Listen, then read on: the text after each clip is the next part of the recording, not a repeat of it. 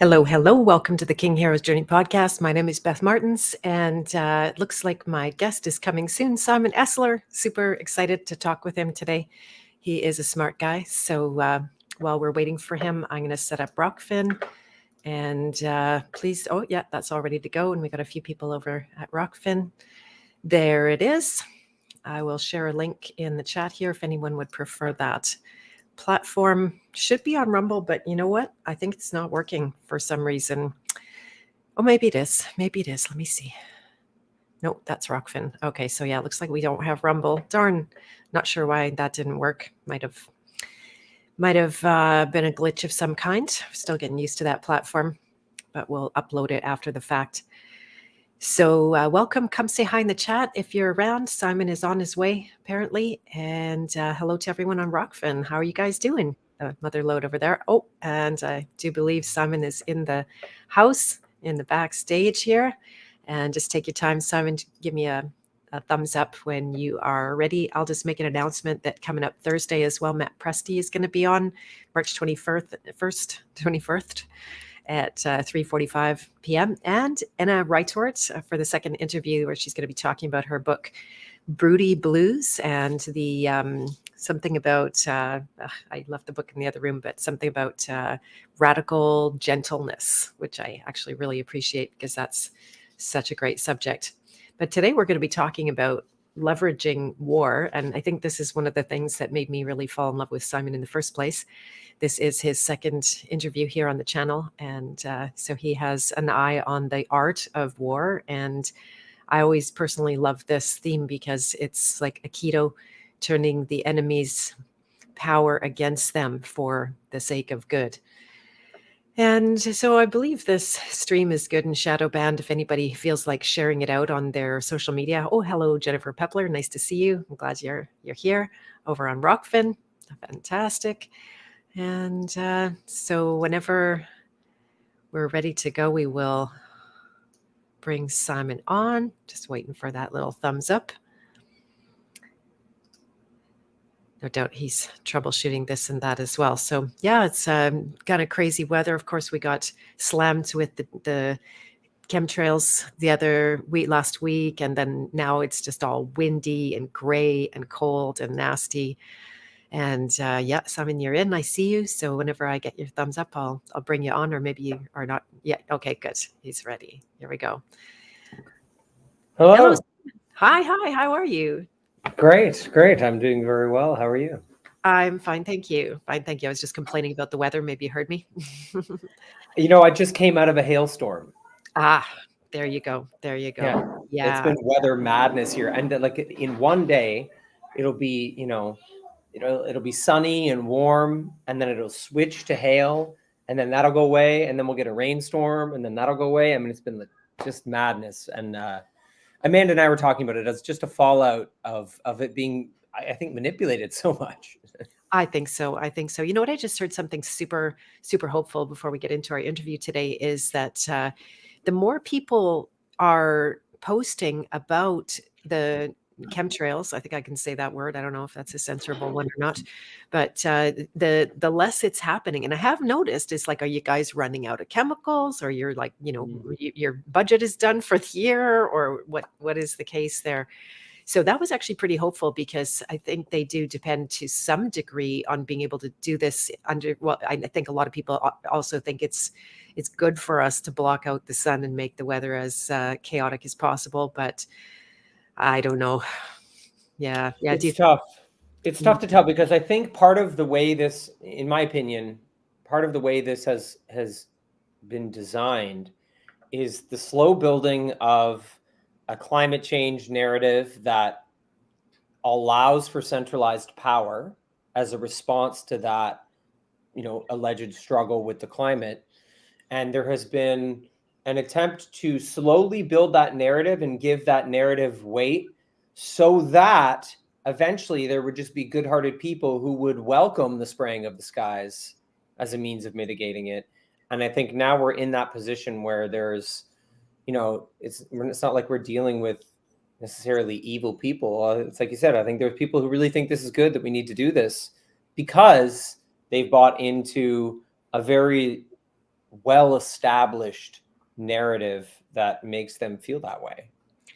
Right. And look how long they've been demonizing the sun my whole entire life. In fact, I was, I was judging my dad because he would go out every possible moment and show his body to the sun and sit there and bake like a lizard. And I'd be like, Dad, you're going to get cancer. And he actually did end up with skin cancer. But I don't think it was anything to do with the sun. It was a lot of other factors going on there. But yeah. So do you agree that posting that is actually productive?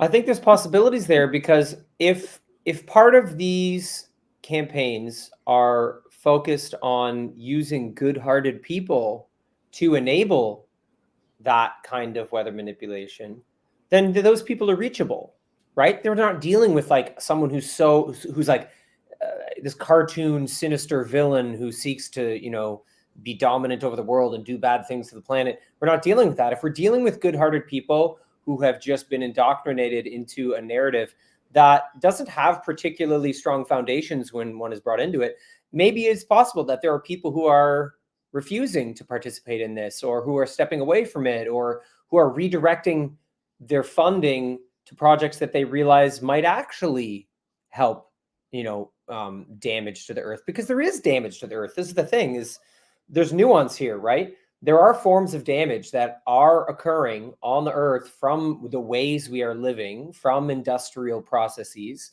That is a real thing that should be confronted.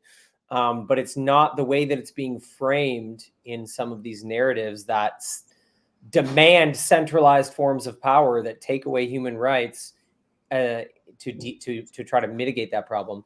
So it's possible. I think it's possible that there are people perhaps who are redirecting their attempts to support the earth in response to growing awareness. And there is definitely growing awareness, 100%. Yeah. It's I just actually felt so hopeful. So yeah, I'll just say, like, if you see spooky pictures of your sky or weirdo square clouds and holes in the sky, and the other day I'm driving along and there was these, very distinct, waves of blackness coming out of in a formation kind of thing. It's like, that's not natural, you guys. So post that stuff. What the heck? Make it go viral and see if we can at least keep them a little at bay. All right. Well, thank you for your opinion on that, Simon. I'm going to do a proper introduction of you. If you're not familiar, Simon Esler is a committed defender of families. You can hear the family in the background. Just in case, for background noise, if it's okay to mute for a second. Well, okay, thank you. Then that's easier. And so, committed defender of families, like I said, and the lost art of free thought. I love Simon's Instagram in particular. You can always see his little shorts there. He's got full-length films as well. Winding career as an actor, ordained minister, mindfulness entrepreneur, led him to becoming a professional content creator and independent filmmaker. His website, simonesler.com, that you can see in the banner there, hosts an array of films, series, courses, and resources focused on leveraging the pressures of modern war, after which this stream is named, to foster personal growth and collective resilience. So I just always see you so on point, Simon. You're like a straight arrow, ready to just go and take action at any moment. You've let this whole, I know from if you haven't caught the first interview that Simon and I did, he was talking a lot about the the nature of, darn, where was I going with that? I just totally forgot. But the personal growth and the collective resilience, that this is not just about raging against the machine, that this is about changing ourselves. And that was the point, was how, the pandemic, it threw us all into a tizzy. It's like there was a lot of injuries, a lot of people trying to escape in one way or another. And you just went for the personal growth and collective resilience, which to me is the ultimate. So welcome, Simon. I'm glad you're here. If there's anything that you want to add to your introduction, please do so. Thank you. I'm really glad to be here. I always appreciate, what you're doing and the focus and the heart-centered approach that you bring to things. Yeah, I mean, I'm really in the day-to-day living as an unschooling father and an eclectic an eclectic entrepreneur, and it's been great. It's been a huge struggle. It's been lots of suffering to get to where I'm at now. But I think there's something really to be said about being ready to struggle. And I saw a very interesting video today that I'll just point out really quickly that I thought was very apt. It was, it had to do with being ready to suffer, and that those of us who have been raised with perhaps maybe too much support, or support in areas that were excessive and opportunity that was excessive, maybe didn't develop the resilience we need for the suffering that is required of the kind of sovereign path that we're being pushed towards. It does require a great deal of struggle and suffering. And I think our capacity to transmute suffering is a big part of what is at play right now. I think that's a big part of the pressure. When I talk about leveraging the pressure of modern warfare, the ability to transmute suffering, I really believe is at the heart of that. Yeah, exactly. It's something that I teach in my courses, especially the primal power one, that your pain is power. It's just there in disguise. And if you don't decide to go into it instead of out of it and escape it, I actually just did a whole video for the House of Free Will on escapism and how it comes through differently with every single archetype, but they all have their way of getting out rather than in. And what people don't realize is that all of the power is there. Right? As long as you're trying to run away, then good luck with that. You can't get out. We're in a state of wholeness. It's funny because sometimes there's an interesting nuance to draw out for people here, because I think sometimes there's the self-created suffering, the habitual suffering, that comes from the ways that we've allowed our mind to take over. So there's that, and that habitual suffering should be made distinct from the thing that you need to do that's going to be a deep struggle and require a lot of frustration and suffering, that's going to help you grow, versus falling back into the patterns of suffering that you're creating yourself that don't allow for that growth and movement. And I think there's an interesting nuance there for people to draw out. It's really about, there's a sense of convenience, even with some forms of suffering, interestingly enough, right? Where the self-sabotage, the self-deprecating patterns that we might want to fall into. This happened to me very recently. I made a really, really big mistake on a project that I was working on. I lost a video file that I needed so badly, and it's gone now, and I've had to accept this, and it's changed the whole path of this creative project. And I had to really confront all the self-deprecation and all the things that came up with that mistake. And I still did some of those things, but I noticed that I did them less than I used to, and that I've toned it down. And the period of time that I was sort of beating myself up over this mistake was much less in duration and severity. And I think there's something in those kinds of examples where we can see that, okay, yeah, there's two paths of suffering here. Perhaps I could go down the path of self-deprecation, beating myself up for the mistake, and let that be the suffering. Or I could really lean into the mistake and the struggle of being present with that mistake and the pain of the mistake, but not allow it to undermine my capacity to grow from this. Amazing. That's again one of the reasons I love you, is that you're able to think in that nuanced way. And there are at least two kinds of pain, and I like how you're describing it. I also refer to it as unnecessary suffering. And that unnecessary suffering can in fact be the escape route, because it seems like it's easier to beat yourself up than it is to just feel the pain of the loss, the mistake, the error, whatever it is. So we scoot off and we think oh yeah, if I just beat myself up every day, that this is going to be some kind of good thing come of it. Nothing good comes of it. It just disables you and takes all your life energy and doesn't create anything. So I completely agree. What is that? What is necessary suffering for the sake of growing, and what is unnecessary suffering for the sake of making sure you don't grow? We're really in this space very deeply with our process with our children, with unschooling. Amanda and I were talking about this today, that, we're taking a very radical path of life learning, of trusting that the challenges that are inherent in our children's lives are first of all, that's what life is trying to teach them. So trying to create artificial versions of lessons, we think, is always going to be subpar to the real challenges that life is actually handing them in real time.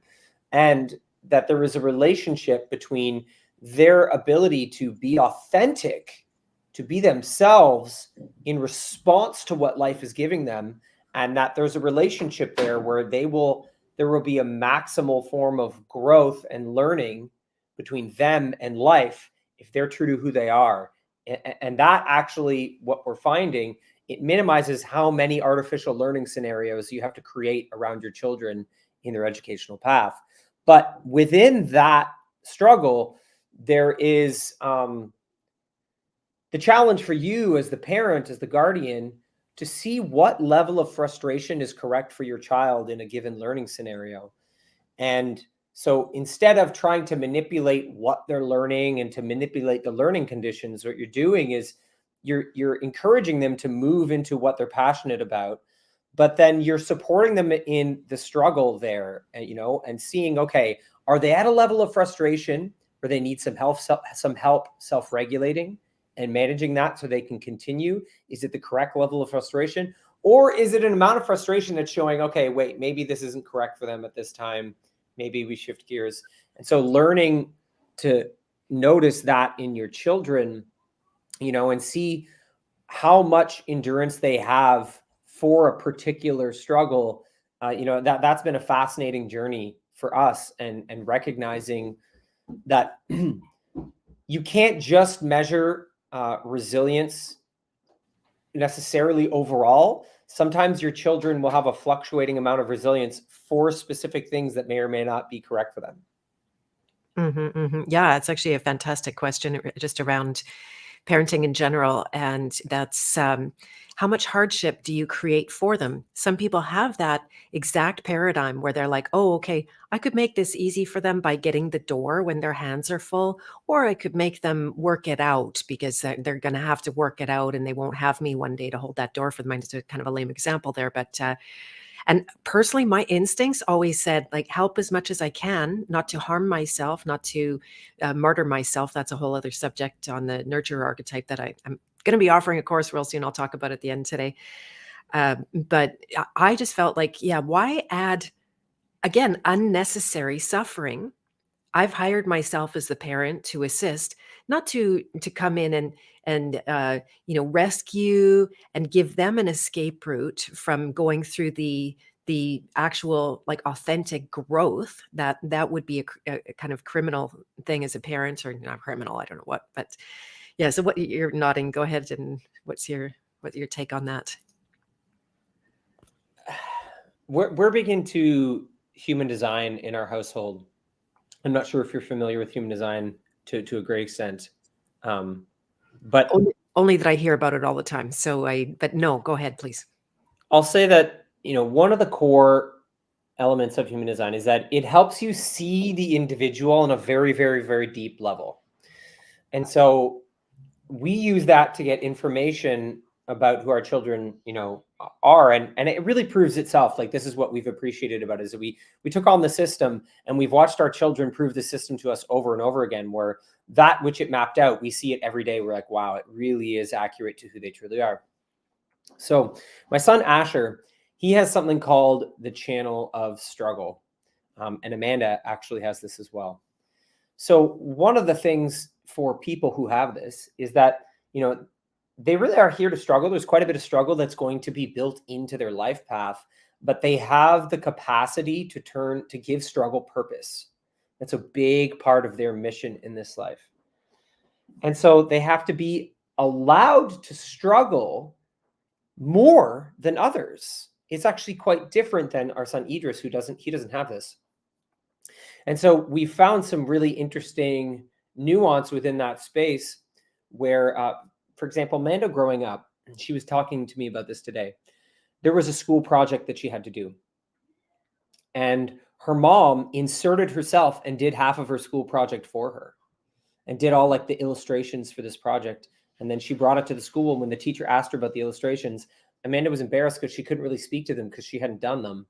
And it was this experience that her mom had taken away a struggle from her that she needed, a struggle that was correct. And she wasn't allowed to struggle with that project and then bring it to the school. And she, knowing that she has the channel of struggle, has been sort of reframing that memory and looking back over what that meant to take that struggle away from someone who within their actual design is here to give struggle purpose on a very, very deep level. And it's funny, you brought up your example that seemed kind of small, but I have a similar one where, when Asher was much younger, I noticed when he was going to put on, I think it was a hoodie or a coat, he was creating all sorts of struggle to get it on. He was like, he was so frustrated trying to get it on. And I could see, that he was clearly not doing it in a way that I knew to be easiest. But there was numerous examples like this where I would try to interject to make it easy. And it actually ended up creating more suffering for him, unnecessary suffering, to remove that struggle. That for some reason in that moment, it was correct for him to struggle with that hoodie to get it on. It was part of just who he is. It's part of his learning is really deeply rooted in that. But if I were to apply that to my other son, I would actually end up creating a lot of unnecessary suffering because he's not built for that. He doesn't have built into his body the endurance and the resilience for the level of struggle that his brother actually does. And seeing those differences, it's been so informative, because really what you end up with when you go down the path, at least of human design, this deep sense of individuation, what you end up with is the realization that you can't apply any broad theories anymore. You can't take big systems of thought and project them onto the child. They can be useful in terms of awareness and interpretation sometimes, but in the end, it is the individuality that you have to use as the anchor. There's nothing more powerful than that. Yeah, I love that. And that's why I'm fascinated with archetypes and continue to use them in that respect, because you're always seeing the difference between, one child and the next child, but also yourself, because we're always evolving on that spiral or scale that I call it, of the archetypes. And so it's a moving target there. When you're in the warrior archetype, it is hard to take, or not hard, but it's time to take on the hardship and run into the storm and cause yourself some maybe short-term suffering for a long-term gain. I love what you said about some are here to struggle and give it purpose. That sounds like right up my alley, personally. And I have taken to creating my own struggles. And I have the feeling that, and they're purposeful struggles, not the useless ones, but this is how I have always navigated. And I often even conclude that life makes a lot less hardship for me because I create my own hardship in a purposeful way. What do you think of that? Oh, you might be muted, or you are muted. Yeah. Yes, thank you. I would absolutely agree with that. Yes, it's interesting. Once you find your way into the correct awareness around suffering and struggle, you realize that there's no way around the fact that you're going to create it for yourself. We kind of don't have a choice in regards to that. Some of it, it's like this, my example of the loss of this video file. I can sort of look back on how I was kind of creating it, and I wonder deeply sometimes about those parts of us that are just our life path unfolding versus maybe a self-sabotage program that we have somewhere deep in us. And no one can know which one is which other than you, right? That's a really deep level of discernment when it comes to self-awareness. But I will say there's numerous examples where I have created my own struggle and suffering, and it's been correct, and I've been okay with it. And you're right, there's a kind of lightness when you start to find that. There's even some humor that you begin to develop around it that's very correct, and really it elevates the whole experience, I guess. Yeah, and I was. This is another video I'm getting ready to do, is around gaming your purpose, and creating. Because at some point you've been through so much hardship in your life, and lo and behold, none of it killed you. Here you are. You live to tell. You got to the other side, and then you go up the scale of emotion, tend to default more into at least courage. And then you can have fun with it. Okay, here I am. I'm about to create a lot of hardship for myself. And I did this recently. I was avoiding to create any new coursework, although that's always busting out of me and I'm always promising it. But I know full well how much time and energy and labor goes into this. Like, people have no idea. Actually, it's not just creating the course. If it was just that, it would be more like fun. And then I'm like, well, this is the year of me taking royal care of my health, because I had some challenges last year. And it's like, okay, I'm in a good place and I'm going to stay in a good place. And it doesn't match all of this work ahead of me with me, like not spiking out and eating out for 3 weeks in a row or whatever it is. And then so by doing the own inner work, by coming to a place of playfulness, I'm like, well, what if I could hire somebody for some of that work I don't want to do? So I immediately get on the phone with a very good friend and person who was my first business coach ever. And lo and behold, she's totally down with it. What happened to me after, Simon, is the course came streaming out of me in 90 minutes. Bring the whole thing was there right in front of me, and there's lots of work now to get that. But like, I created the hardship for myself in the context of much greater self-awareness and strategy. Like, yeah, it's not one or the other that the, again, nurturer tends to get stuck in. Like, do I take care of people with my course, or do I take care of myself? And here I get to do both. So it's, yeah, like that, the gamifying of the hardship. Yeah, it really, really reminds me of something that I've been observing very, very closely. So as someone who works in in very creative spaces, right? Like, I'm always creating content and films, or I'm editing. I'm working right now editing for a nonprofit and just taking their podcasts and turning them into good social media videos for them. And so there's a lot of creativity and like what I'm bringing into the space. But I've noticed that there are times when, out of pressure that I create mentally for myself, I might push myself to go and work on a project, and the timing ends up being totally incorrect. Like, it wasn't the right time for me to be working on that project. And I forced myself into it just through inner dialogue, rather than really following my body's authority, and looking at where my inspiration and excitement are, and what is correct for me to work on. Because on a given day, I have a sort of panoply of projects that I could work on, and some of it has to be organized, of course, according to priorities, but some of it is about what my body is saying yes to. And it's a big, big leap, because there's a certain amount of trust you have to give living this way. But I found something similar where, I'll be maybe putting off a project, or I see it as me putting off a project. And then I'll build up a certain amount of guilt. This is one of the ways that the mental pressure can arrive. I'll have guilt because I see myself as having been putting off this project. I'll force myself to go work on it. I have no inspiration. I end up doing a bunch of work that I'm going to delete in the end. It's not even going to be useful content. I'm going to have to go back and start from the beginning. And I'll have something much like your experience, where when the timing is finally correct, I'll get a huge amount of inspiration, and I'll sit down and that project will come stream right through me so easily. And I'll realize, my gosh, I wasn't procrastinating. It was literally just not the correct time for me to be working on that. And I was not leaning into my inner authority about that.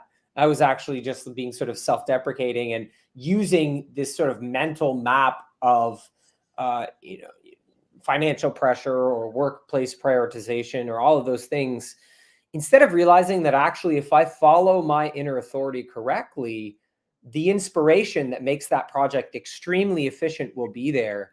And I found this time and time again. And so really, if I followed that inner authority all the time, I would be way more efficient, funnily enough. But it does take this sort of big leap forward. Oh, yeah, that's fascinating. We could geek out on this a long time. That I had two coaches give me permission. I needed permission to not think in terms of, say, a warrior and a king's strategy, where they're like, okay, I need to know 11 months in advance of everything, and it's all mapped out on the calendar and blah, blah, blah. And personally, I don't like that. It doesn't attract me. I go into, like, I make bad faces when I think of doing that. And then I've always run on inspiration. When the energy comes, then I go with something. But I felt like I was somehow lame or immature with that, and I wasn't going to reach my potential that way. But I had another coach come along and just say, like, I've always only ever run on inspiration, but here was the key, and this is an alchemist key, is that you have to actually answer the inspiration when it comes. So it might be bad timing, it might be the middle of the night. The inspiration might come in a package this big, and it requires a lot of concentrated time and effort that you didn't really plan on, because it just boom came up and out of you. But since then, it's been so much more fun that I'm exactly like you. I will wait for the energy to rise properly, and then I take action, because otherwise it's and there's also time to pull out the warrior and the king too and go, okay, I said I was going to do this. I know I don't feel like it. Yes. And right, yeah, so it's both and everything, but depending on where you're at. Hello Thunder Chicken and Glenn J, by the way. I'm glad you guys are here. You found us. We are live on Rumble. It turned out that worked, thanks to All my right. assistants, I think, in the back end there. So yeah, there's a link to Rumble and Rockfin as well. So we were going to talk about leveraging the modern warfare and the Mhm. strategies around that. So how would you like to open that discussion? Well, I think it's always helpful to give people the foundation of how war has evolved.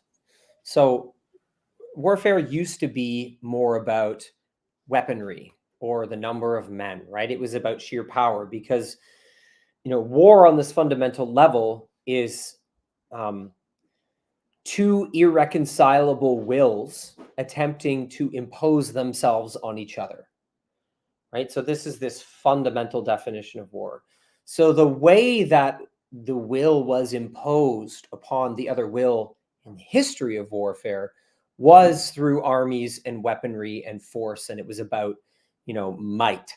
Now, war has evolved because humanity has evolved. So with the evolution of technology and weaponry and the awareness of the human being, the psychology of the human being, war has shifted so that more focus is now on human cognition than it is on weaponry, the taking of human life. So now war is about dominating human cognition. So one of the ways to look at this is that instead of wanting an enemy's territory, like their actual physical land, instead of wanting control over a nation's leadership, instead it's more valuable to actually have control over the cognition of certain subsets of the population of that nation. This is the way war is looked at now. So it's about managing human cognition. So we live now on a cognitive battlefield.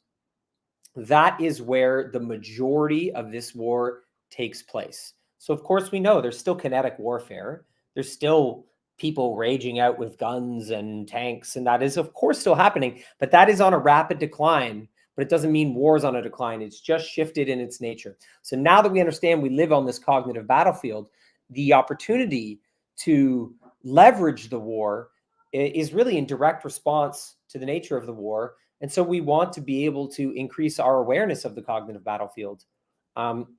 And this is tricky in two ways when we talk about what's called fifth generation warfare, right? So warfare evolved in generations, first generation, second generation, all the way up to fifth generation warfare. That's where we are now. That's the generation of warfare that has birthed this cognitive battlefield. And there are two tricky elements to fifth generation warfare. One is that operations in fifth generation warfare are designed to blend into your everyday life. And so what is warfare? It just looks like life itself. You go, you're scrolling social media, you're in the middle of a war zone and you don't realize it. That social media platform is a weapon that was developed as a weapon to manage human cognition. That's the reality of it. So number one is seeing the war itself.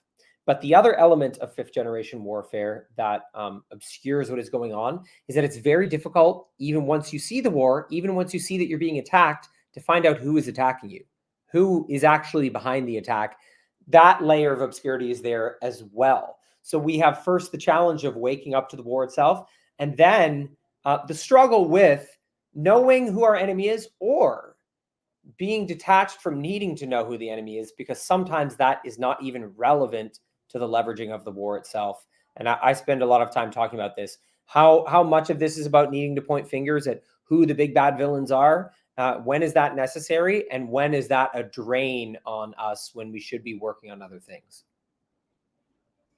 Oh, that's brilliant. I'm loving this so much because I don't know if you've seen any of my recent work on the archetypes of controlled op, but I'm kind of obsessed with that for the last 4 years, just being infiltrated by a lot of characters and seeing people go sideways, and friends break up with me because someone came and had a conversation with them and stuff.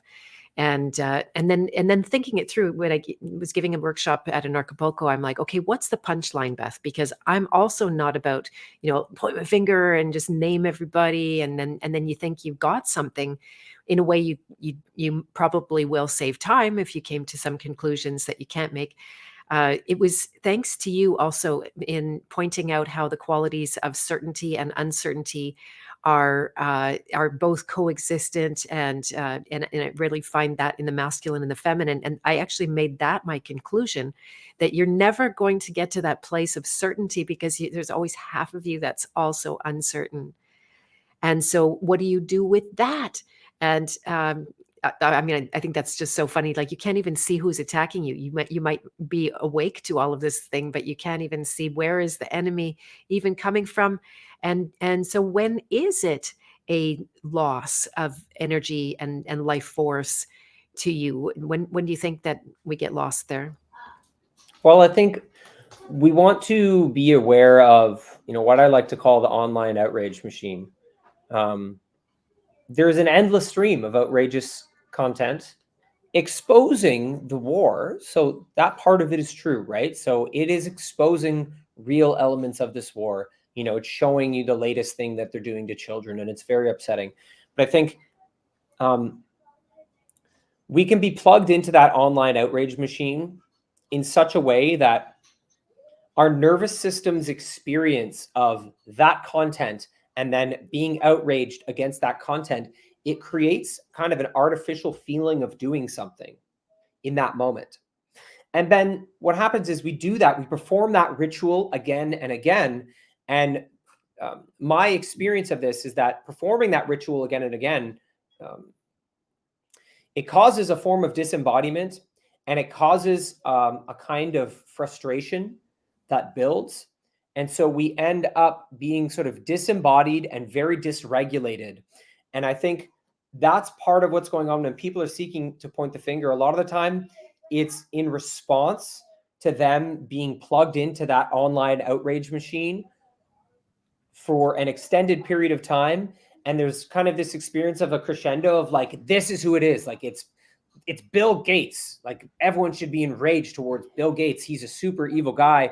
But then I see this happen often, where people then get frustrated that others aren't as furious. They're not all sort of torches and pitchforks in the same way towards this one person. And they end up feeling very unfulfilled. And to me, this is a whole operation to siphon our energy away from what is useful for us. And I think this is where you want to find the discernment. It's about being embodied and using the digital domain in a form of a balance that is correct for you. And embodiment, this is something that I talk about a lot. I have an online course called Navigating the Cognitive Battlefield. And I talk about this a lot in the course, that you need to find the rituals of embodiment that help keep you anchored in your vehicle, because you are being ritually disembodied throughout the day. This is one example of it. So if you're dysregulated and looking to point the finger at the supervillains that you found, it just may be that you're in this state of dysregulated disembodiment, and that's not going to allow you to follow that inner authority that I was talking about earlier. I really believe that the inner authority is coming from the body. It is the body that is navigating us to a great extent. And if you can't be embodied, then you can't apply the discernment to understand when is it correct to reveal, to participate in the apocalypse, this revealing of, sometimes it is correct to be like, what, I found this information, and it really does show that this particular leader in our community should be held accountable for this particular damage. Sometimes that is correct. But I don't think you'll really know that until you're on a regular basis embodied enough to not get sucked into that online outrage machine. Very well said. And when I hear that word disembodied, I'm thinking of the experience on the lowest end of the human range of emotion called apathy, right? And that's what taking in a great deal of things that outrage you. It might make you mad at first, but you can't sustain that. That's such a high cost of energy that you're probably going to do the snakes and ladders, the snake thing, and go right down into what appears to be a less costly emotion of apathy, but it's the opposite. It's actually more expensive. And I love what you said, the inner authority of coming from the body, and the you know I there's so many, say, spiritual people that would call this the meat suit, and that this isn't important. We're just going to slough it off, like the Bhagavad Gita says. And but I look at it, actually, no, this is really important. And you nailed it. That's exactly where authenticity, which is authority, comes from, is our embodiment. So just need to say everything that you said. And what kind of rituals of embodiment do you tend to recommend? And I'll just also quickly say that the House of Free Will is going to be hosting Dr. Bear Lando on a workshop on bodybuilding, which is something that I'm very newly interested in myself. It's funnily enough, I was actually performing a ritual as you're doing this. I was putting essential oils on and getting into my body with some essential oils. So that's one that actually our family really relies on. My children have grown up with a huge library of essential oils around them, learning to use them, learning to understand how, what they help with. They actually have little armbands that we got them that have little circles of felt, and they can put drops of essential oils on them and wear their armbands and do aromatherapy throughout the day. My son was he spun himself too hard at the playground. And he got nauseous from it. And then we had to take the bus home, and he was so nauseous on the bus. So we put a little bit of essential oil in his wristband, and he appeased his nausea. He managed to reverse it just by doing some aromatherapy on the bus. That's one simple way that we like to as a family, especially because the aromatherapy, goes through the blood-brain barrier. So you're really actually getting access to forms of deep regulation they're very powerful. And there's also ways you can program yourself to deal with the oils. Friends of mine, actually, they got as a wedding gift a specific essential oil blend that they could smell throughout the day of their wedding, so that scent became tied to the memories of their wedding. And now they have that bottle at home, and they smell it, and it connects them with those memories and brings their body back to the moments of those memories. So that is one powerful tool that we like to use. You talked about bodybuilding. So, a lot of people talk about going to the gym as a means of accessing embodiment. And I do support that, but I would get into a little more nuance with it, because there is a tendency to use time at the gym to multitask, right? So a lot of people are, and I say this from my own experience, from me doing this. Some people are listening to an audiobook at double speed while they're on the treadmill. And there are things that are good about that. I found that there are forms of learning that occur in me when I'm active. And so sometimes I am absorbing certain materials because I'm active while I'm doing that. At the same time, I would say that the deepest form of embodiment you can get from things like, exercise, going to the gym, is actually your capacity to watch your body as you're working out, to use your mind, and I would say a quiet mind, to watch the sensations of your body as you are working on your body, to watch what it feels like to go for that run, to really be present, to use your mind as an observer of the body. That, for me, that practice has really deepened what workouts offer me as a form of embodiment. The last one that I'll say that I really use regularly is cold showers. The sensation that I get after a really cold shower is a sense of embodiment. My whole body starts humming. I really feel pulled into my vehicle. That's not to say the cold showers are for everyone. I know for a fact that they're not. But those are sort of, I'd say, the three that I really use on top of embodiment practices in meditation. I'm a big fan of Taoist teachings that talk about the inner sight and the inner smile. In these teachings, they talk about how you should actually be doing a practice of reversing your eyes, that the eyes are actually designed to watch the feelings in the body. Mm. And there's a really powerful teacher that I've worked with named Lujan Matus. And, he talks about this, about reversing the eyes so that 98% of your eyes are looking inwards. He teaches that this is the state of being you should have all the time, that only 2% of your sight should be given to this world in a cursory kind of way, because your body is navigating this life path for you so incredibly that to give that much of your inner vision to it is to actually awaken your sense of that. The point of all of this is that I regularly practice the inner smile. And so the most basic way to understand this is that when you smile, or when you see someone smile, you see it in their eyes, right? You notice when someone's really, really smiling, their eyes change. You can actually tune into this feeling that when you're taking a moment to genuinely smile, you'll feel your eyes change. And the inner smile is taking that feeling of smiling eyes and directing it into the body. And in this practice, you can get a book called The Inner Smile, really amazing book. And he talks about smiling to specific organs and using your inner smile to smile at your thalamus and to smile at your heart, to smile at your kidneys and your liver. These are all forms of embodiment that I've really found very powerful over the years. I love that. Yeah, so good. And that inner eye is something that I realize I haven't called it that way, but I've practiced that. And by the way, Laura's talking about massage and Reiki and Kundalini yoga, Qigong, breath work. I think those are all good means. And then one one nuance that I'd like to add to that is how the inner smile. I was remembering this exact thing the other day, Simon, for some reason, and I just decided to like put a big smile on my face like this, and even though I wasn't, feeling anything particularly happy inside, and it immediately does create that experience of happiness. What it does, if I explained it from my world, is that it gets you up the scale to because it actually requires courage, believe it or not, to risk a smile, especially when you're not even feeling that, or to smile at the stranger that you walk by. They might not smile back, or they might hate you, or whatever.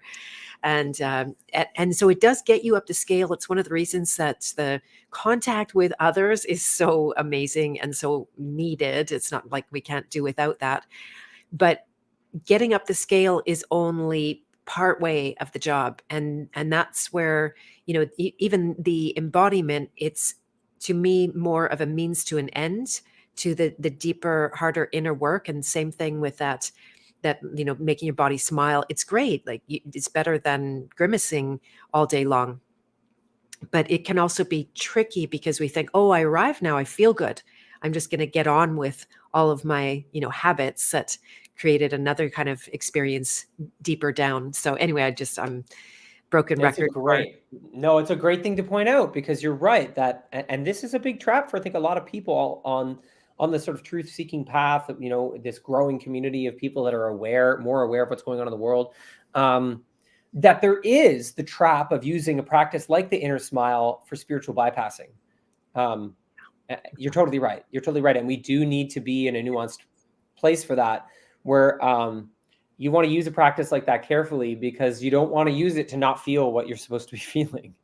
And I think one of the nuanced pieces that I found with that work is in seeing the opposite of the inner smile, is in noticing that when I was allowing chronic stress and poor mindsets to dominate my life, the quality of my inner gaze was cruel, right? It was the opposite.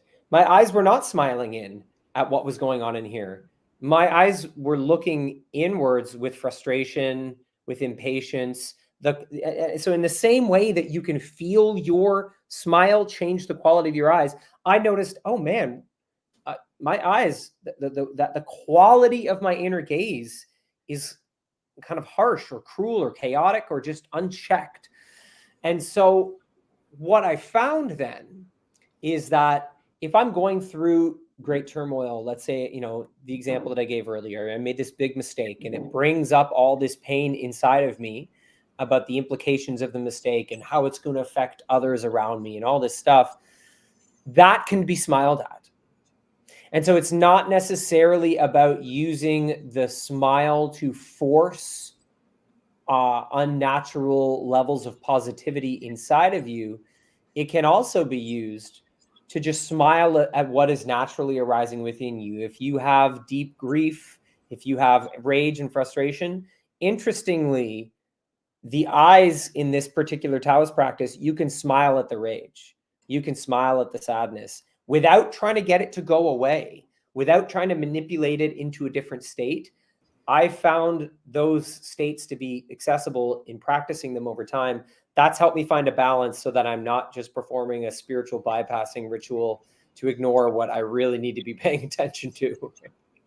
Brilliant. I love that. Yeah. One of the practices that I offer is to welcome the unwelcomable.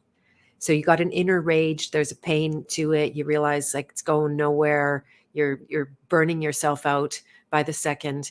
And to me, what that is engaging the higher mind that we always have, but that we might relegate to back seat because the inner experience is so loud and so big. It becomes an authority over us.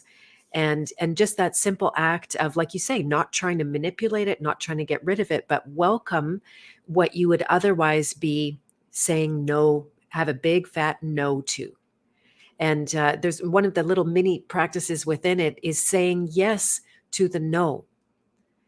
Right. So if you go and you make a decision, I'm going to let go of this program, even though it's threatening my life, and saying I won't survive it without this. And then something goes like, no, Beth, don't do it. You're going to die. You're going to die. Right. And it's like, yes. And then it's like, no, no, no. Yes, yes, yes. And the effect of it is phenomenal. Because again, you're coming from a much higher, now it's higher place with a higher mind, but knowing the point of that, and then because you can spiritually bypass that as well. But the point of it, the whole thing to me, and this is, I'm able to newly articulate this as of this year, is really to use the map of all of the experiences to get off the map. Yeah. Yeah. I don't know if you want to add beautiful. to that. Well, I'll bring it back to leveraging this war. Good for you. The way that we are being manipulated in the particular warfare that, is daily on this battlefield is, manipulating our cognition, which means manipulating our emotions and the ways that, you just talked about how the mind makes itself an authority, how that inner dialogue tries to make itself an authority over you. I think a lot of what we're surrounded by seeks to leverage the parts of your mind that are inappropriately dominating your life. I think it seeks to leverage your emotional intelligence in a way that doesn't serve you, so that it impacts your decision making. So what we have now, being surrounded by this particular form of cognitive warfare, is the opportunity to let the war point out to us the areas of our life where we have this incorrect sort of inner dialogue running the game, because that's where the warfare is designed to hit you. It's designed to come at you in the chinks in your armor. So it is very, very much of service to you in that regard. And I think you're right that the map is only a stepping stone, because if you're married to the map, that's going to end up draining you in the end as well, because it's going to mean that you're not really present with what's going on. And I think that comes down to, again, I'll have to give credit where credit is due. This, what I've learned from this teacher, Lujan Matus, he talks about our inner world and social engineering being made up of knowings, not knowings, and doings. And so the way he describes this, it's very, very clear. It's very helpful that when we take something in, right, we turn it in, let's say we turn it into a knowing, so we feel we're certain about something about ourselves or something else in the world or someone else in the world. And what he talks about is, we tend to build up knowings. And when we hold on to a knowing for long enough, it becomes a doing within us. So it becomes something that then plays itself over again and again and again. So we have these doings that are made up of the knowings that we have embodied that are incorrect for us. And so the process of relieving ourselves of the social engineering of all these doings that are now functioning inside of us is not doings. So you have to find all these doings that are made up of knowings, and you have to stop doing them. And so this is, I think, a clear way of understanding the warfare that's going on. And, you know, you were mentioning earlier my big focus on certainty, on how there's far too much certainty and people rejecting the state of uncertainty that is necessary for discernment. I think certainty ties back into this very clearly. So there's pressure in this war, number one, to make you certain about what's going on. They're feeding you narratives that manipulate you emotionally so that you feel certain about what's going on. And that goes for the alternative media community as well. There's far too much certainty there as well. There, you know, certainty, again, of knowing who the villains are, that who's to blame, those kinds of certainty. So that knowing is becoming a doing within you. And that is the act of being socially engineered. So uncertainty can be deeply related to not doings. Don't do that knowing, right? When they give it to you and say, here's what's going on, here's your knowing, you don't have to install that as a doing. You hold it more lightly than that, right? And you learn the art of not doing what you're being given. That to me, that way of seeing it has been very, very helpful. I love that. As I was saying, I've been reading Anna Reitort's book, and it's all about not doing and practices of not doing. And the whole book, as far as I'm catching on so far, is really not even practices of not doing. It's describing how not doing is a remedy for all of that. I like that, the pressure to make you feel certain, and that's why people come out with that exact. And it is part of us. It's not, you can't neuter that either. That the certainty will coexist.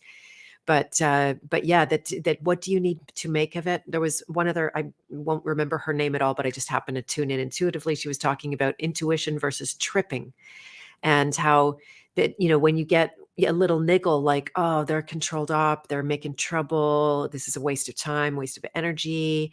And then you go into like, oh, now I'm on the warpath. I'm going to take this person down and out, and I'm going to, you know, schmuck their reputation. I'm going to make sure nobody believes anything they say, or I'm going to take that intuition and I'm just going to stay open rather than closing the case. I'm just going to stay open, and like, oh, a couple of days later, more data. It's feeding the same, you know, the same possible conclusion, but I avoid concluding again. And then, oh, more data. Look, it actually argues with the data that I got yesterday. Oh, I'm going to take that in. And what she was saying is that what it does is it keeps your intuition very alive. So you keep receiving data every time you stop and make a certain conclusion of some kind, then you're blocking the flow of that. What do you think of that? Absolutely. This process of awakening is a process of not doings. Really, like, you're emptying your body of all the doings and knowings. I really believe that's a big part of what's going on, because what comes in then in those spaces? I think this is the idea of becoming clear. Now, there is some nuance there, because there are parts of us that are our nature that we're not meant to let go of, parts of us that are always going to be there. You have a way of cognizing the world it's just your way of cognizing the world, and trying to be against that is very dangerous territory. And I know there's a lot of Christian people who in the past have spoken to me about their issue with the New Age community being that it tells people to completely empty themselves of everything, and that's a very dangerous concept. And I would agree, because you want to know that which is you. You don't want to be against your nature. You don't want to be empty in that regard. And so this is why I find human design so helpful. Human design maps out where you are defined. So you're born into this world with definition in certain areas of yourself, and where you're open and undefined. So those are the areas where you're open to being conditioned by the world. So those are the areas of you that are very receptive to the conditioning of your parents, to the conditioning of your culture and your society. Whereas the areas where you're defined, you are consistently who you are in those areas. And it maps this out for you. This is such strategically beneficial information, because then you can get down to, where in me does social engineering live? Where am I uniquely open to social engineering? That's where I need to sort of release all these knowings and doings. as opposed to the parts of me that are just my nature, and they should just be left to operate as they are because there's nothing I can do about that.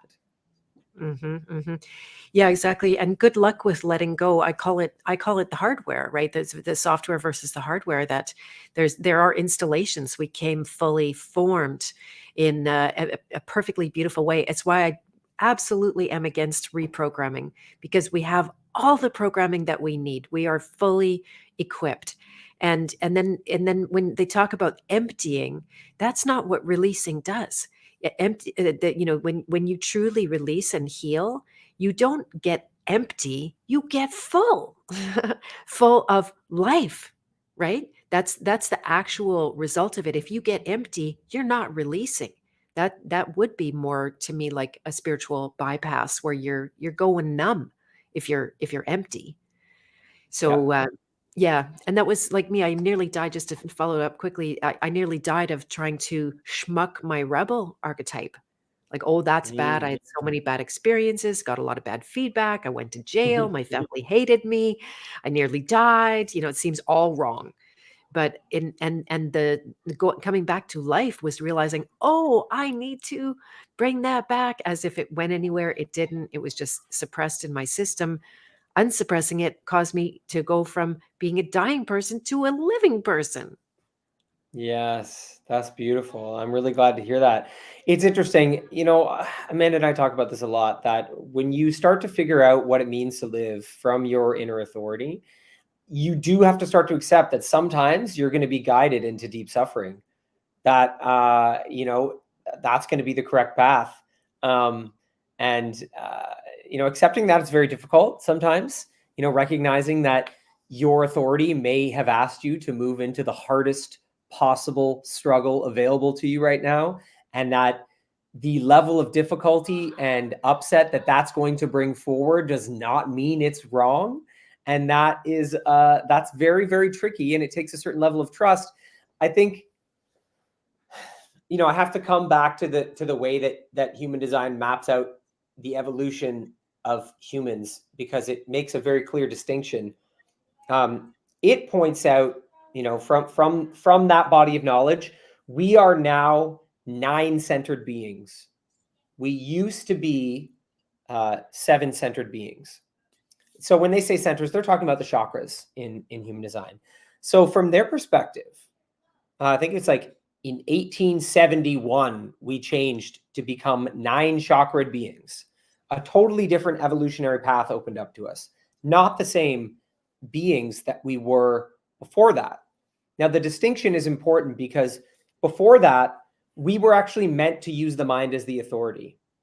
Before that time, it was correct to use your mind to assess what is the right path for me. And so the teachings of those times in human history that said, here's a mental construct. Here's the Bible. Here's Buddhism. Here's these mental constructs. Now install those mental constructs in your mind and try to use them to navigate your life. That was actually correct for that time. But now we are these 9-centered awareness beings who are meant to use the body as the navigator. The body is where the authority lives now, not in the mind. So this is a drastic change in human evolution. And it's interesting because it positions mindfulness differently than before. Now, it's like I was saying earlier, the idea of calming or quieting or emptying the mind is beneficial to the extent that it allows you to watch the body and be guided by what the body is moving you towards. Did you ever see the movie Donnie Darko? Oh, should I? Maybe, but the only reason I bring it up is because there's this very strange scene in Donnie Darko where he realizes that his body is following a predetermined life path, and that he's really here to just become aware of it and to bring maximum awareness. And they literally depict it in the film as this strange tube coming out the center of his chest. And so like he wants a drink of water from the fridge, but he's sitting watching TV, and this tube comes out of his chest and starts going to the kitchen before he even gets up from his chair. And then he watches his body getting up from the chair, and he follows this strange tube into the kitchen and watches his body get the drink. this is way more true than people want to accept. And there's even studies showing that this is true, that actually, when you go to reach for that glass of water, your body is reaching for the glass of water before you have the thought. They've actually shown this in studies, that the body is, I think it's short amount of time. I think it's like milliseconds or microseconds or something like that. But it's still true that the body is, performing its life path before you're even cognizing it. It's quite a radical idea, but I found it to be very beneficial because it shows you where in life you do and do not have a choice. And I think, for those of us that have watched our life path unfold and watched the way that life lessons arrive and watched how your presumptions about why you're going through an experience often get thrown completely out. Once you've gotten to the other side of that struggle, you're like, oh my gosh, this was the meaning that this was giving me. And there was no other way to get to it. And I wanted to rush through it. I tried to rush through it, and there was no rush. There was only the rate of learning that was correct for that experience. When you start to realize that over and over and over again, there's a certain amount of your life path that's just here, and it's beyond your comprehension. Of course it is, because it's trying to guide you to forms of meaning that you can't yet cognize, because there's requisite life experience to get to that. All of this is to say that I think fundamentally we are awareness beings, and we are here for the cultivation of awareness. And I believe that that is where we have the maximum amount of free will. I think human free will is the most expansive within the space of awareness. And I'll say that that has led to a lot of release in terms of all those knowings and doings and all that social engineering and the conditioning from my parents. Letting that go has been the process of giving more and more gentle, non-invasive awareness to those aspects of myself, watching them more and more softly. The observation of those aspects of myself that I believe need to be released. The observation is an act so light, so subtle, so delicate that it starts to become a not doing. That is what I've started to experience in terms of undoing a lot of this, or at least watching the undoing very gently. I love that. And a writer would love that too. Because there's a big war, speaking of war, set up between the body and the mind. As if there's the body versus the mind. And we're trying to say, okay, what's in control? Is it the mind or is it the body? Setting up this big dichotomy. And in reality, first of all, mind is extremely badly defined. I know Matt Presty's going to have a lot to say about this, and how. Anyway, I won't go into it because I'm not the expert in breaking all that stuff down. But I like what you say, that the maximum amount of free will comes from being awareness beings rather than body mind, and that exists at potentially every level. And what I've noticed, to agree with what you're saying about, say there's a really hard feeling, and then sometimes, instead of giving myself a direct instruction, could I let it go, I will just have that gentle, non-invasive observer witness. I'll witness it, I'll feel it some more, I'll feel it some more, and I'll feel it, and then I was like, oh, not there anymore. Just like literally just from that gentle awareness. So yeah, I agree. But sometimes we also really need that invitation, or to invite ourselves, like, could I let go of holding on to that? Because there can be a bypass. Oh, I felt that. I feel better now. I'm just going to go on and get on with my day and my life and the bad habits around that. Yeah. And that really does point to the mind body aspect, because our bodies are so sensitive. And I think this is part of that whole relationship between knowings and doings, that it is the mind that grabs onto a knowing, and it is the mind's repetition that makes it a doing in the body. But it can be installed in the body, so that eventually it's your body that is now performing the doing. And I think that's, that gets into that nuanced space of, oh, maybe there's something that even if I've quieted my mind, my body's still doing, because it's a trauma that now lives in the body. The body has this capacity to be a library for undealt with things. And it can hold quite a lot. It's quite incredible how much trauma and craziness the body can hold. It's pretty amazing. But I think, I did the, I don't know if you're familiar with Human Garage. They're great. So Human Garage is that they offer people ways of working with the fascia. They really believe that fascial release and fascial awareness is essential to life and health. They offer all sorts of free workshops and like challenges. You can do like a 2-day challenge, 7-day challenge, 28-day challenge.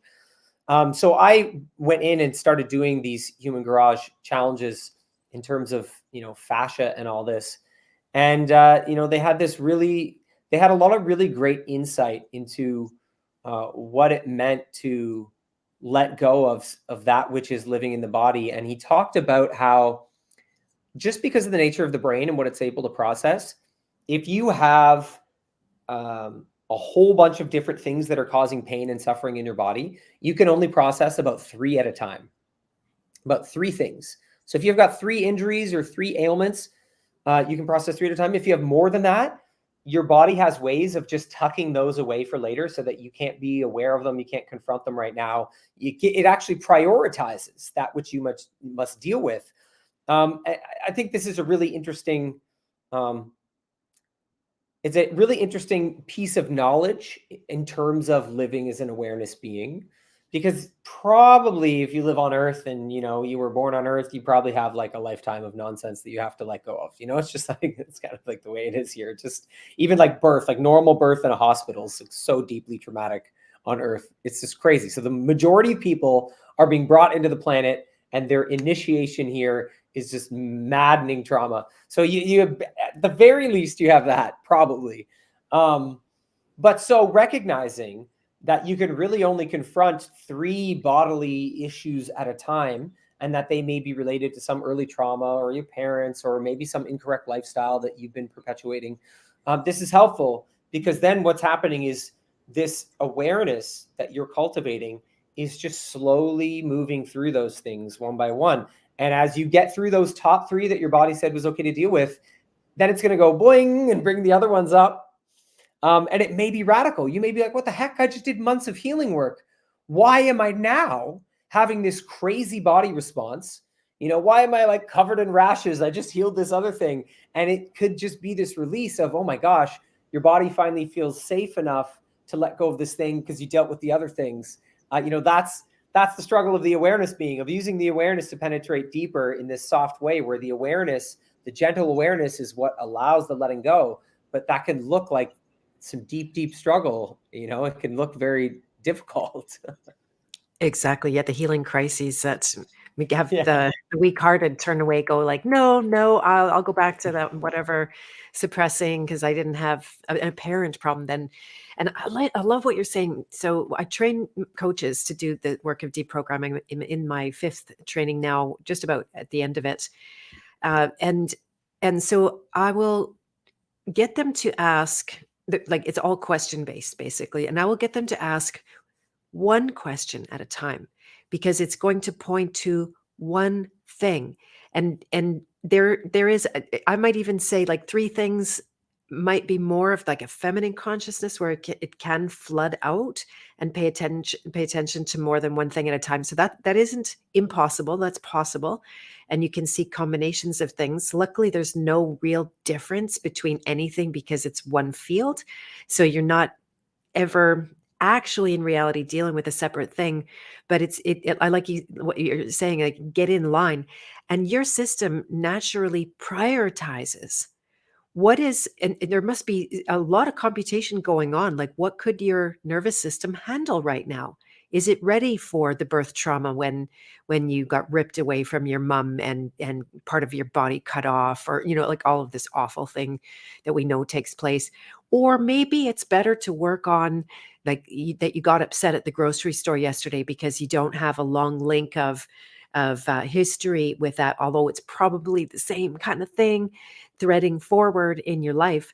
And that's why I teach people about programs, because in one lifetime, there's not enough time to go to deal with that, like, next, every time you take off a layer, another layer can potentially come up. And by going to the level of the programs that underlie, kind of like you see the mushrooms pop up on the forest floor, but you don't realize, like, it's actually the size of a country is the size of that mushroom. So taking it out at the level of the unseen, the unhidden that underlie everything, you move much more quickly. And that get in line thing doesn't hold you back anymore, because anything that you're able to give that gentle, non-invasive observation, at the program, you're taking out all of the problems. That's why somebody who can't work on the bigger trauma, if they can work on the smaller thing, they're still actually going to very much be benefiting and healing the trauma if they work at the level of programs that are that substratum kind of mushroom thing. Yes, I love the way you're putting this. Those are like, they're these foundational imprints that we receive early on in life. At the risk of being redundant, I have to bring it back to Luan's teachings because they just cover so much of this. And I'm trying to remember the specific way he describes this, but the imprint is described as, you are in the experience of life. And I could be getting this wrong, so hopefully I'm not. But let's say you're next to a stream. Okay, you have a stream, and then you have the bank next to the stream that has like sand. It's like a little beach, and your hand is you going into the experience of life, and your hand gets wet, and then you go, and then that experience, and you push your hand on the sand, and it creates that experience. Okay, and so now the sand has been imprinted by your hand, and because your hand was wet, you have like the sort of residue of that. And he talks about how then, sure, maybe you go and you rinse that sand off your hand, but there's then the temptation to put your hand back in that imprint that you see on the beach, and you want to go back to it. And so we kind of get stuck in this place where it's like you think you're releasing, but then there's there's that imprint. Hey, my hand fits perfectly in there. And this is like the cycle that we get caught in. And so we can get stuck. It's like these programs where we don't realize that there is an appeal. There's some sort of desire in us to go back to that program because it's so old. Let's say it's something happened in childhood. There's a familiarity there. It's how we've always operated, or it's how we got attention as a child, or something has caused it to have a great deal of appeal, so that even sometimes having awareness of something like that, unless you're really dealing with that pattern of like, I think it's like, the rinsing off your hand in the stream of the remaining sand is sort of like only dealing with the frustration from the grocery store, and not recognizing that you've got this imprint that you're just like reinforcing over and over and over again. It's really, really helpful to understand that there are these foundational aspects to ourselves that will release us on much deeper levels, when we're ready, arguably when we're ready. But it's really, really powerful when we can confront that level of I guess darkness within us to an extent, right? I mean, I know that's been my discovery, is finding things in me, finding, I guess, little operations in me where I'm like, ugh, that's ew. I don't want to do that anymore. I see why I was doing that, but I think I'm done with that now. Right, exactly. Yeah, it's so fascinating. I've been contemplating memory and the storage that, like you said, it's immense capacity for storage, shockingly immense. And there was some explanation around the brain being a wax-like substance, and the cerebrum and cerebellum. That the root of that is seed, seri, and the nature of a seed is wax-like. It's so incredibly, like, it's formed and it has that blueprint, and then it can completely unfold into a new plant being, or I guess that's all that the seeds create. So yeah, it's amazing to consider that, and I love what you're saying. Now it's interesting. People often think that in the early days of doing the deprogramming work, they're like, "Oh, the program came back. I felt free for a little bit, and then it came back." And I'm very careful to say, no, it didn't come back. It's not like that. What you let go of, if you try to find it again, you can't go running after it to bring it back. It's just not there, because it was actually an illusion. You thought it was a snake. It's really a rope, and it's gone now. When you see through the illusion, just not there. But because, and more credence to what you're saying, the tendency is so ingrained over time that we say one of the big programs, we run from death all day long. How am I going to save my life right now? I better drink some water. Oh, I better have some food. Oh, I better talk to this person that might abandon me because they make me feel safe. And I better go make some money because I'm going to die, and I'm going to feed my family because they're going to die. And and so it becomes a lifelong habit, unfortunately, probably from the very first moments of everybody's scary entry into this world, that we have the propensity, the ability to operate from that. Now, I have to get a little religious here. I've been talking to, if you're familiar with Mark Archer at all.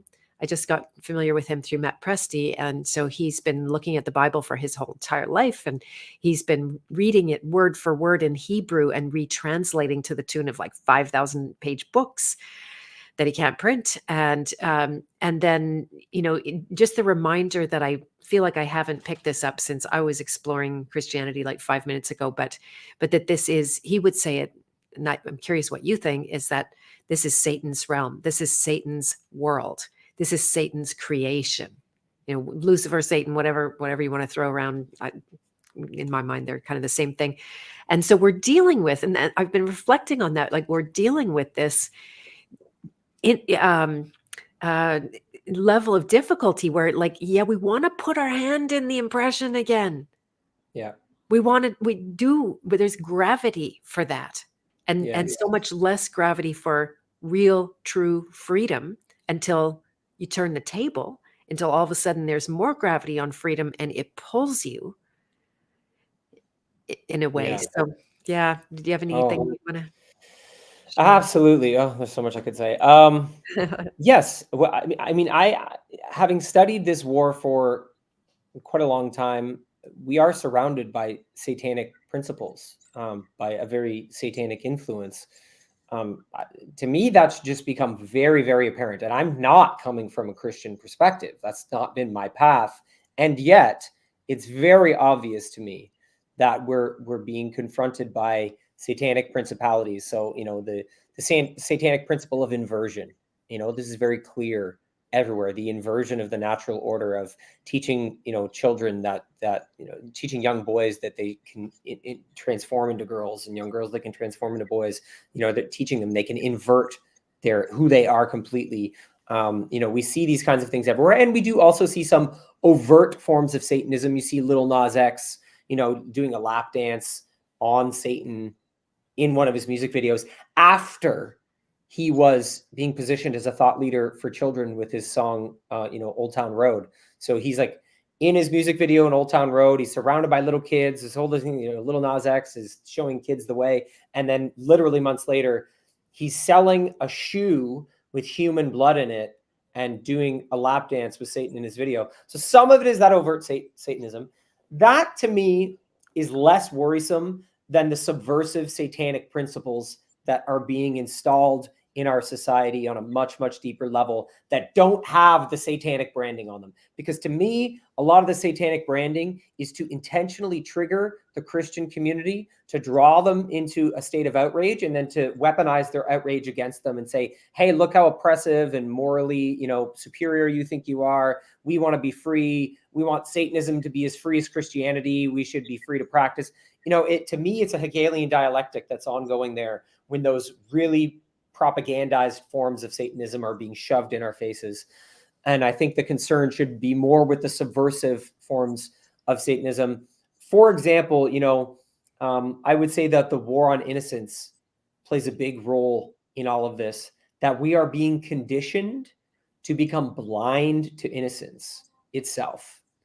And funnily enough, I just finished writing an article on a lot of this that's going to be published on the 25th, so next Monday.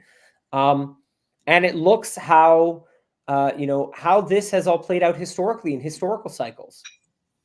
So when you look back to the history of Carthage, this is where I found like some of the most informative material on this. There were discoveries in Carthage. They unearthed a whole bunch of urns and ashes. They found these sites, these burial sites. And it turns out that they weren't regular grave sites. they were actually sites of child sacrifice. And they found the evidence that the people of Carthage were rampantly sacrificing their children to a deity named Baal. Okay. Now, so this is, you start to look in this is very, very satanic to sacrifice children to Baal. Now, this is forensic evidence, very strong forensic evidence. They found the urns with the ashes and bones and remains of children.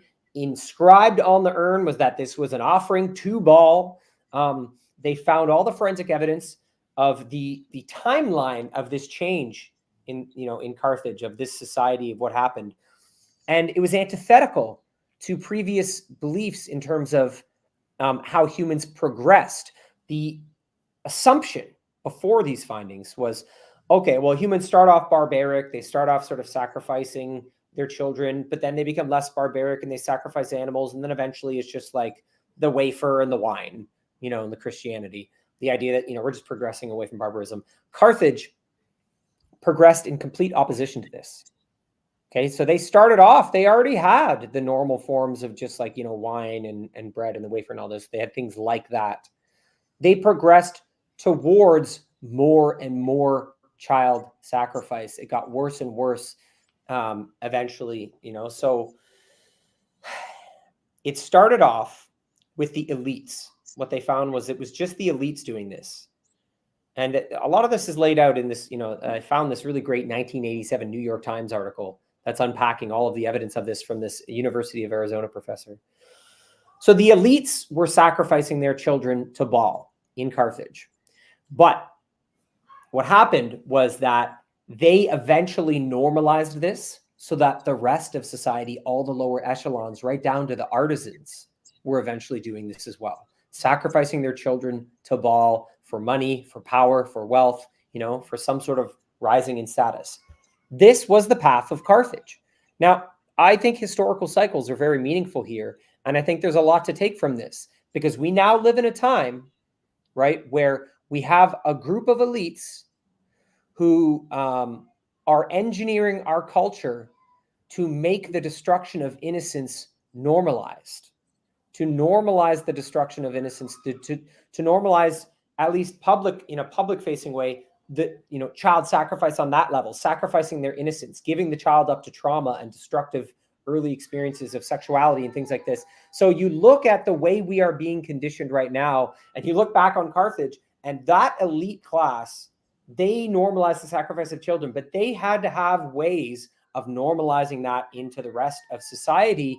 And I think that we're looking at a historical cycle now where these similar forms of normalization are occurring with elites that control our culture very much. And I think the war on innocence is an echo of that previous struggle. And we need to be very, very mindful of what is ongoing here. And so when I think of living sort of in this satanic realm, those are the kinds of struggles that I see ongoing that we need to be very, very careful with.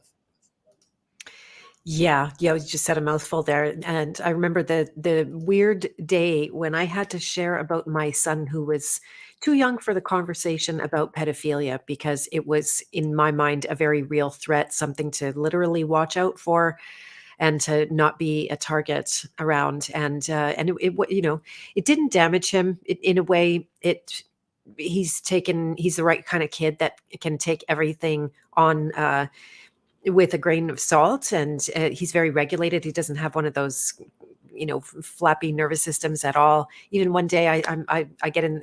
Now I'm convinced we're gonna have a famine and it's apocalypse, and I don't actually believe that anymore. I'm eating my preps, by the way, and but I told him, "Oh, we're going shopping," and he says, "What are we going shopping for?" And I went, "Like food, in case there's no food in the grocery store at some other time." And he's like, "Okay, just don't tell anyone that we're doing that." And I'm like, okay, I'll keep my lip, he just took it on the chin. But I agree that this innocence, it is something that, and it's very easy for people to conflate innocence and ignorance. And there have been times where I feel like my innocence has been killed, but it's really my ignorance that's been killed, and to distinguish between those two. But with children, it's different, right? They're in incredibly fine developmental phases and don't have that discrimination. So Thank you for being a champion for children. I appreciate that so much. Well, it really, the role of innocence in all of this plays a very, very deep part, and it ties into everything we've been talking about today, because one of the reasons a child's innocence is so important, let's say just within the family unit, if we just boil it down to that, their innocence is a space that is not corrupted by knowings and doings. It's literally that, right? That's part of, I believe, awakening the inner child, right? That the work that we're doing to come back to innocence as adults, it's deeply related to releasing yourself of knowings and doings, that we're keeping that inner child, that buoyant, wondrous, creature full of awe. I watch my children, and there's so much joy for the simplest things. I took my boys to get a haircut the other day, and they were both like, "This is the best day of my life." Just like went for haircuts, and it was like they were so thrilled, but it's like, it's so beautiful. Now, of course, some of that is just childhood, and there's the need to grow up.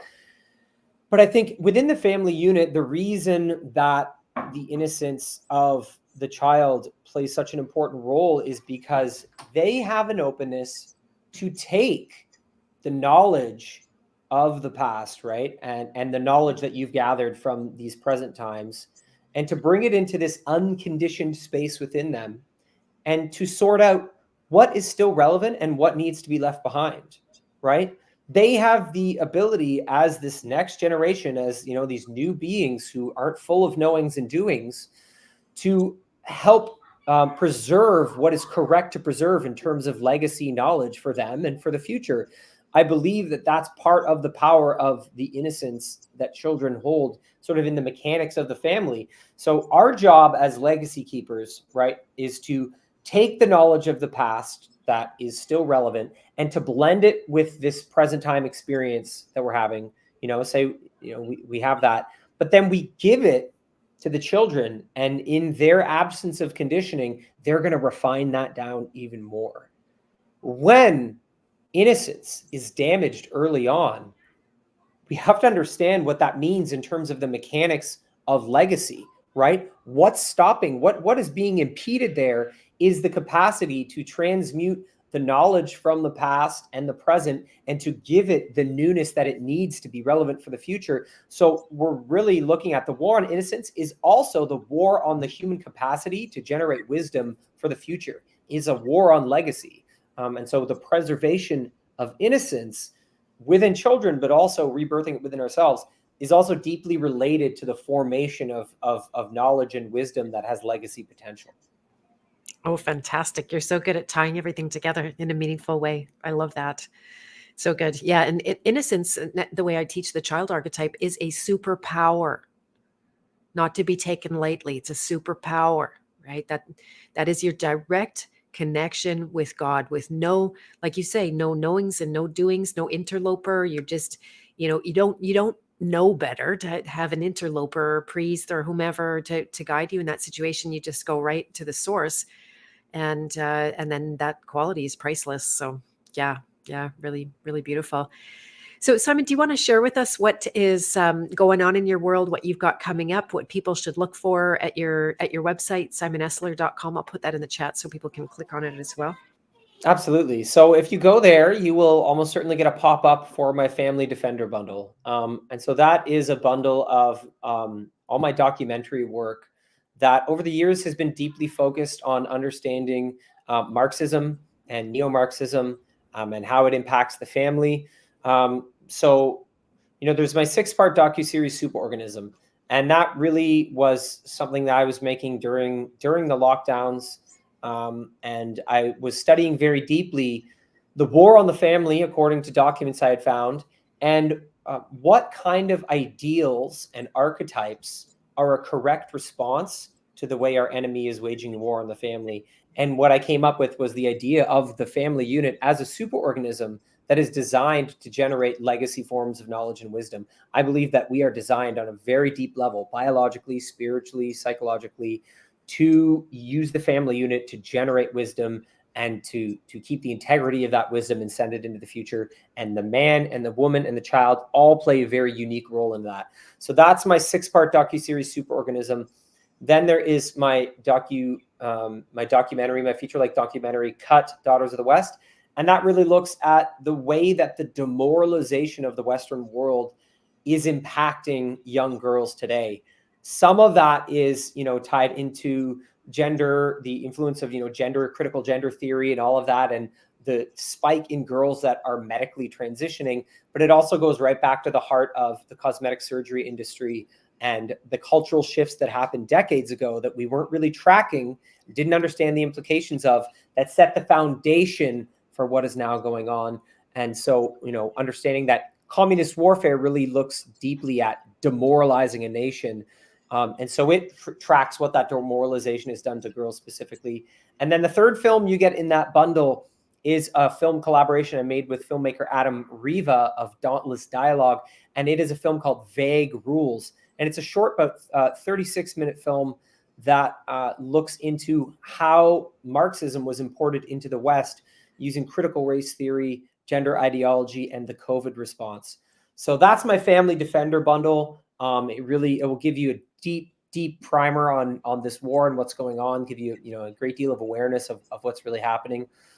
There is also my film, Canada's Red Shadow. And that is a short film, a documentary film I made for social media that is available for download, for sharing on your own channels. And the goal of that is to help people recognize Marxism and communism in their own communities.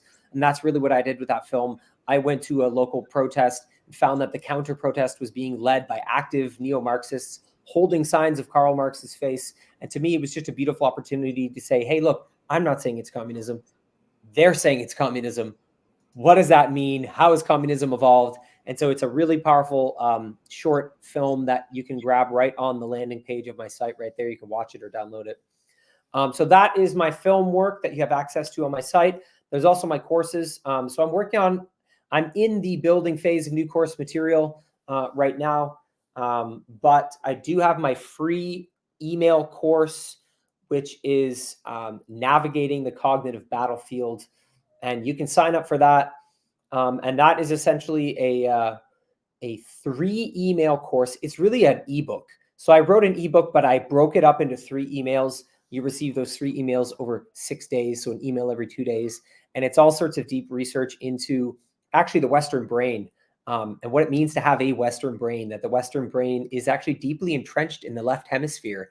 If you're born in the Western world, you're likely quite entrenched in the left hemisphere. That has implications for the cognitive battlefield that we should be aware of. So that is a free course that you can grab from my website for that.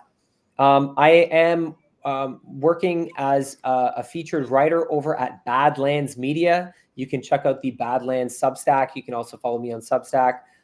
So that I was just saying the other day that I have an upcoming feature being published on Badlands on the 25th of March. So you can follow my writing work on my Substack and at Badlands Media. I've got lots going on there. I am also a contributor with Breakaway USA, and we are a team of content creators really focusing on what it means to be aware of the modern sort of 5th generation war, but also to really tune into this breakaway element, moving into a parallel society, parallel economy.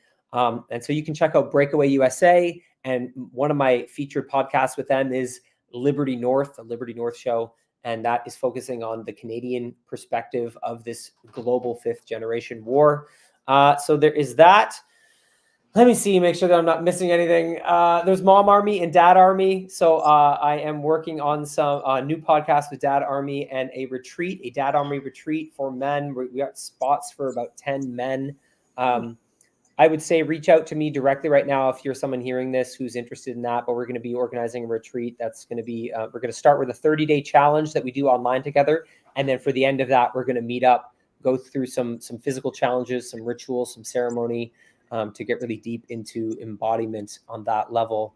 And I'm working on a new film. I don't really know when this is going to come out. This is actually one of the projects that's in the air right now because there's been some lost footage and I'm recalculating that. But that's going to be a film on the evolution of warfare as it pertains to human darkness and how human darkness is being weaponized against us instead of transmuted. And so I think confronting the darkness as a collective will undermine the usage of our collective darkness as a weapon. So I'm working on a film in that realm. that's it. I think that's all that I have going on right now. There's Is more that to come, all? but Is that oh, you all? know what? How did it- Actually, Oh, no, I'm wrong. There's one more thing. I am actually developing course material for our home tribe. And this is a platform designed for homeschoolers and unschoolers and alternative learning style families of all kinds. You can sign up for that network. It's really, really amazing. It's free to sign up. I'm going to be hosting some workshops, some live workshops on their platform in the coming months. So keep an eye out for that.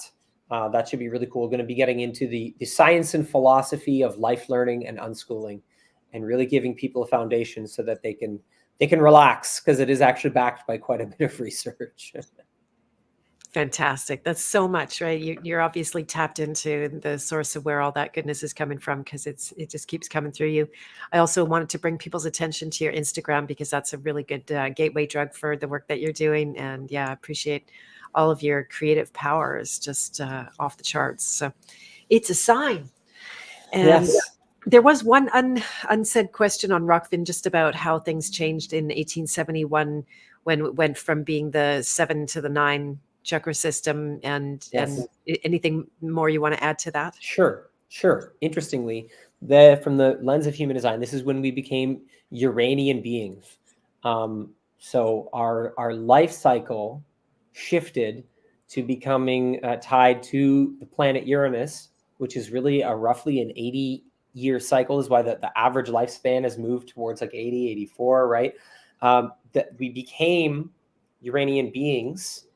And interestingly enough, in that same year that actually occurred, that was the actual year that humans discovered that planet. And so when you think of us being awareness beings, it was at the time that human awareness literally expanded in the solar system to discover that planet that we then became Uranian beings, who are now meant to live these longer lives. And because the life cycle has expanded in that regard, we don't really develop. I was talking to Amanda about this today from the lens of human design. You don't really settle into your outer authority, which is really like the gift that you're meant to share here, until like the first 50 years of life. That's when your outer authority really, really crystallizes on certain levels. And some of that just comes from the fact that our life paths have expanded. Now, I'm speaking in very generic terms. Of course, there's exceptions to everything. But that is when that occurred. And it's also when I believe there was a new type of being, not just within the 9 center, but a new kind of aura became activated. You had the projectors, and in human design, they are very, very different beings that are actually, their purpose here is to guide the energy of others. So they're not here to work and to grind with their own energy. They're here to guide the energy of others. There was a shift around, those times that this began to occur as well. And so now, this is why human design, I think, is really helpful, is recognizing what type you are, because you have a specific role in this masterful sort of puzzle that is ongoing in the human journey. So I think that's everything that comes to mind in terms of adding some info to that. But I would encourage people to check out the human design material. You can go to Jovian Archive. That is the original source of the material. So if you go to Jovian Archive, you can get your own design, your family's design. It requires the same input as astrology. So it's birth time and birthplace. But if you've got your birth time really accurate, it's really quite incredible information. The one thing I'll point out is that astrology just gives you your personality. Human design gives you the personality and the body. And that's the difference here, is that it shows the personality imprint that you've been given, but also the body imprint you've been given, and how those two actually make your whole chart. And it's deeply informative to actually get the body piece. It makes you realize that just being given our personality piece was has quite an empty offering in many ways, at least for the kind of beings that we are now. So, we find it very beneficial. And Amanda is going to be offering some workshops, and I'm going to be offering some workshops with her, guiding people and using human design in family and learning and things like that. Okay, and you've used her name several times. You're talking Amanda Vollmer, I'm assuming? No, this is, if you go to my Instagram, you can follow Amanda O'Donovan. Okay. And you'll see in my Instagram, actually, she's actually tagged in my Instagram. So if you're following me on Instagram, you'll see Amanda is tagged in there in my profile, and you'll be able to access her account. And she is deep, deep, deep into human design wisdom. She has gone so far into that body of knowledge. It's an incredible benefit to me. My goodness, I am so lucky. But she's at amanda.humandesign on Instagram.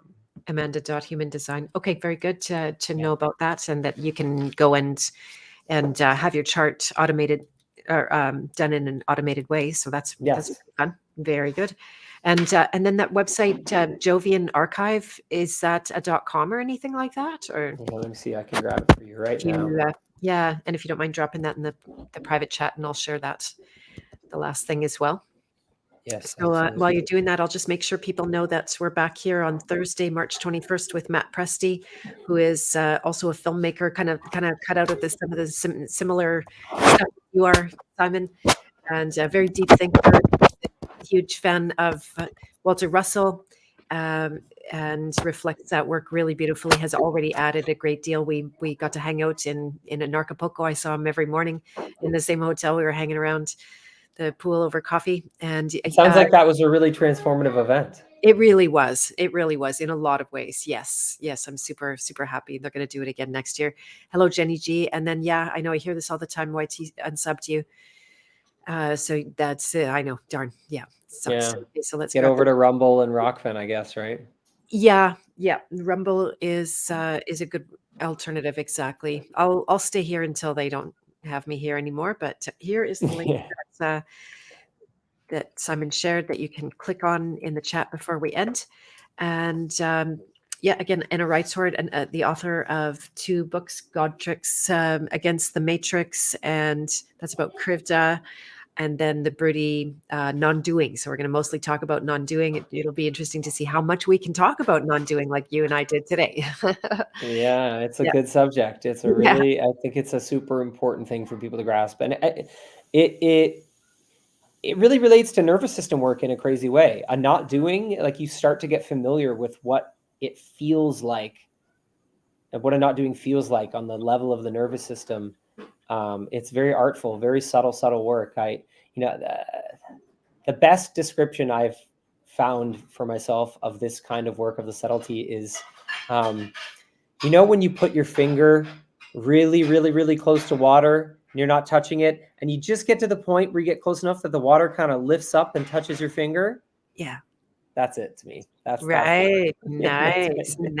Exactly. I know. I often notice that. So yeah, very good. Well, thank you so much, Simon, for joining me today. I'll make a few more announcements. You're welcome to hang out, or if you got a blast, go be a homeschooling dad or something like that. You're welcome. I'll hang out. It's fine. I'll hang out. Okay. Just wanted to let people know that all of these interviews turn into podcasts. So if you go in the show notes below any of them on Rumble and YouTube and Facebook and X, I'm up on X too. That's a little bit of a weird live stream because nobody can find it over there. I don't know. They don't post it on my profile. Where does it go? Off into the nowhere land? But you can always catch the recording after the fact. It's usually within about 24 hours that Spotify and iTunes and all of those, Podbean and everything, will be carrying the podcast. I am going to be offering a course specifically on the nurturer archetype coming up, because I find that is such an Achilles heel for nearly everyone in my world. That yes, we have all of the archetypes of the hero's journey, but that nurturer, for people who have the helping and the serving spirit, and they want to support others and be there for them when the hard things happen. We have very specific challenges. I'm going to be offering a free training on the pendulum swing, where you want to go from helping everyone to helping no one. And you just keep going back and forth between those 2 poles. And I'll give you a clue right now. It's not about just balancing it out. It'd be nice if it was that simple, but it's much more highly nuanced. So there will be a free training to preempt the course that's going to come up. I'm guessing in May. I just have to find out from Alex Deck, who's invited me to Texas to do an interview with him. I just have to find out when that date is going to be, so I can set the course date more confidently. And if you have interest in that area, please do let me know. Just reflect back to me. Come and see me on Telegram. Are you on Telegram as well?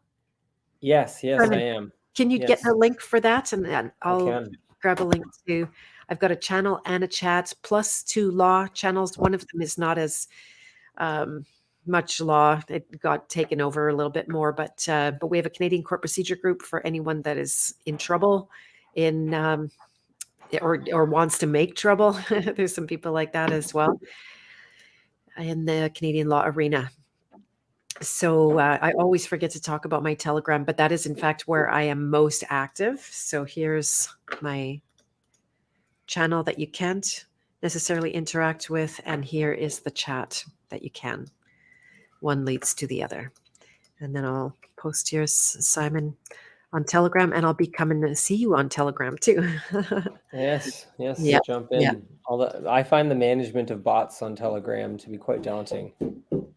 Yeah, that's the only thing. It's uncensored, but I am dealing on a daily basis with them. Both delete block, delete block, delete block, and yeah, it's This one just or the comes other. with it, but it's true. The uncensored nature of it is good, and it's growing. Telegram is about to hit 1 billion users. Wow. Wow, there you go. And I heard it's not owned by anybody good. That don't fool yourself thinking that you're not being codified and tracked and datafied, all that kind of thing. So, but So whatever, close. we'll take it. Well, so it goes. Exactly, Yeah. exactly. Well, I'm so looking forward to seeing your new creations. Keep me posted, and we'll have you on again when there's a new moment coming to your life.